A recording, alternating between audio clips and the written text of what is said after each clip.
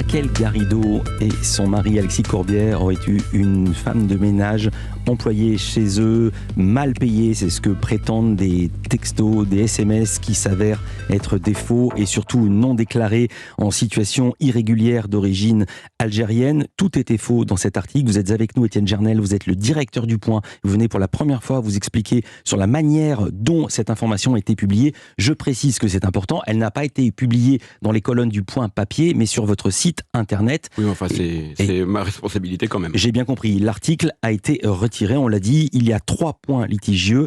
L'entretien avec la jeune Algérienne, est-ce qu'il a existé? Est-ce que les textos ont existé? Est-ce que le PV dont on a parlé au début a existé?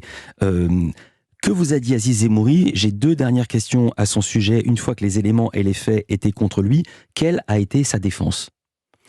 Écoutez, c'est pas une question de défense. Je pense qu'il a été dans le déni pendant très longtemps.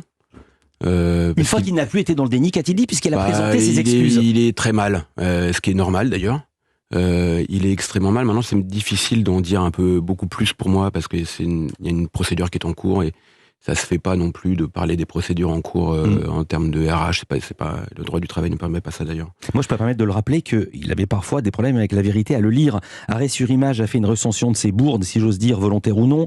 En novembre 2016, Patrick Pelloux a fait condamner votre journal Le Point pour un article d'Aziz Zemmouri qui affirmait que Patrick Pelloux avait touché 1,4 million d'euros de l'Élysée pour son rôle après l'attentat contre Charlie Hebdo. Et puis plus récemment, c'était en juin 2021, il était condamné en diffamation pour avoir qualifié de call girl l'actrice Sand Van Roy qui accuse Luc Besson de viol. Est-ce qu'il était spécifiquement, si j'ose dire, checké, surveillé au sein même de votre rédaction dans son service? Je peux pas dire ça. Vous savez, le principe quand même dans une rédaction, c'est qu'on fait confiance à ces journalistes et on est légitime à leur poser des questions très précises sur les manières, sur les documents qu'ils ont, sur les manières dont ils les ont obtenus. Après, il y a un sujet de secret des sources qui existe aussi. Comment est-ce qu'il faut gérer ça? C'est aussi des sources d'interrogation pour l'avenir et évidemment de changer, d'améliorer, de renforcer des tas de méthodes de contrôle et de verrou de sûreté. Bien sûr, c'est un énorme sujet. Comme la presse américaine, par exemple. C'est un point fondamental que vous soulevez là, Étienne Gernel. Le secret des sources, qui est une des règles de base du journalisme, est-il applicable en interne? Autrement dit, un reporter a-t-il le droit de cacher ses sources à son rédacteur en chef?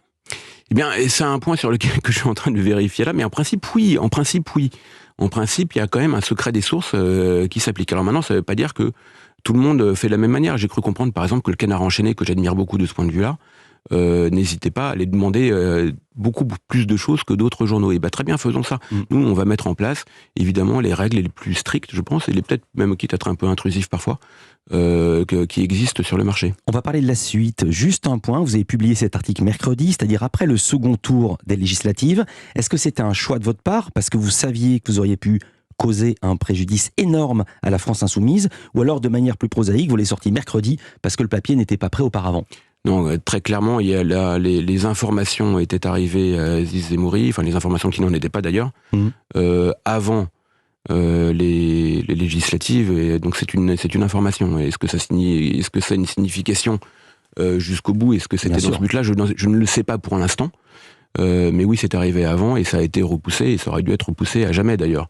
Mais volontairement, vous avez repoussé, laissé passer l'échéance du second tour. C'est ce qui s'est passé, oui, ça a été repoussé. C'est ce qui s'est passé. Ma question était, est-ce que c'était volontaire dans un but de ne pas nuire au déroulement du scrutin? Je pense que ça a été un réflexe général de se dire, il n'y a pas d'urgence. Et en fait, il n'y en avait d'autant pas que c'était faux.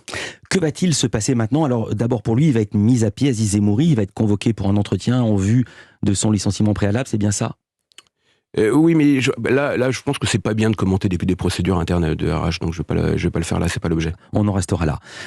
Maintenant, pour vous, que va-t-il se passer pour le journal Le Point? Vous avez dit, vous avez créé une cellule de 9 journalistes enquêteurs. Oui, on enquête pour savoir ce qu'il y a derrière. Quelle est la première couche d'enfumage? Alors là, la couche d'enfumage qui s'est passée en interne, on va en parler d'ailleurs parce qu'on va publier un long papier cette semaine dans le journal, et c'est parce qu'on reconnaît, comme l'a fait le New York Times à plusieurs reprises, je l'ai dit, quand il lui arrivait des affaires de ce type-là, nous, on reconnaît nos torts. Vous savez, il y a 2 sortes de gens dans la vie, il y a des gens qui reconnaissent leurs torts, et puis les autres. Je ne connais personne qui ne se trompe pas, ni aucune personne, ni aucun journal. Je ne connais que 2 catégories, ceux qui admettent leurs erreurs et ceux qui ne le font pas. Le Canard enchaîné est quelque chose qui me plaît beaucoup. coup, il y a une chronique, une rubrique qui s'appelle Pan sur le bec. Quand il y a une erreur dans le Canard Absolument. enchaîné, ils le disent. Et la c'est semaine formidable. dernière, on a écrit ceci, c'est faux, voici pourquoi, et on corrige. Voilà, absolument. Tout Et le monde ne le fait pas. Le Canard est un exemple. Les journaux américains le font très très bien. Le Parisien l'avait fait très bien, me semble-t-il, après l'affaire du faux Dupont de Ligonnès retrouvé en Écosse, parce qu'ils sont venus chez vous. Ils sont venus chez moi. C'était Stéphane Albouy du Parisien qui avait révélé, qui avait fait la une sur l'arrestation de Xavier Dupont de Ligonnès, qui n'était pas vrai. C'était un Portugais du nom de Guy Joao, je cite de mémoire.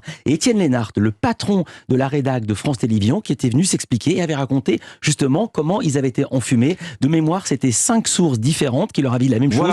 Oui, on l'a arrêté, c'était à Glasgow, en Écosse. Et la bonne réaction d'un journal, c'est de réagir en journaliste, c'est-à-dire d'enquêter, de dire ce qui s'est passé et de faire le travail de journaliste vis-à-vis de nos lecteurs, y compris sur nous-mêmes.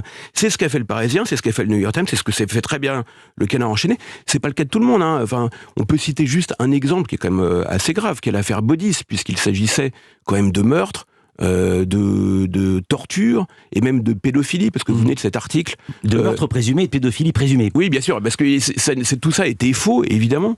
Et il y avait même ce papier atroce où il était question d'anneaux dans le mur à hauteur d'enfant.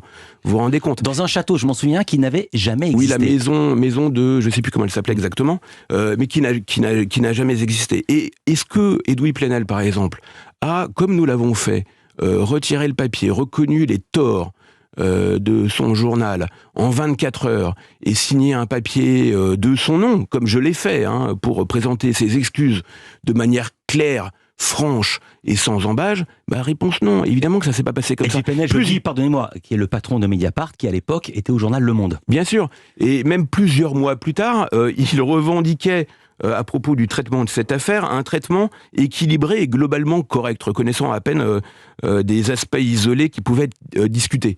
Non, mais faut regarder les choses très franchement. Vous pouvez avoir confiance dans les gens et les journaux qui reconnaissent leurs torts et qui n'ont aucun mal à le faire. C'est pour ça qu'il faut publier les rectificatifs, comme le fait très bien, par exemple, le Canard enchaîné. C'est pour ça qu'il faut publier les droits de réponse, et pas en petit, dans un coin, vous savez, en cordeux, là, comme le fond. Il faut le faire vraiment. Et nous, au Point, c'est ce qu'on fait. On est un journal qui reconnaît ses erreurs. Il y a eu une erreur, on la reconnaît et on ne discute pas. On le fait franchement, clairement, et on réagit en journaliste, c'est-à-dire on enquête. On poursuit l'enquête et c'est pas fini. Donc, je vous le disais tout à l'heure, on a 9 journalistes sur le coup. Ça sera jeudi dans les kiosques, ça sera la une de l'hebdo. Non, la une, elle est pas encore définie pour tout vous dire à cette heure-ci, mais il y aura un papier substantiel et long sur cette affaire. Après, sur déjà au moins l'aspect de l'enfumage interne, sur l'enfumage externe, on publiera quand on aura vraiment avancé, et c'est pas une affaire simple, je vous le dis. Merci beaucoup, Étienne Gernel. Merci d'être venu vous expliquer. Merci à vous. Hein. Dans le Culture Média, vous êtes le directeur de l'hebdomadaire Le Point. Merci d'avoir fait ce déplacement.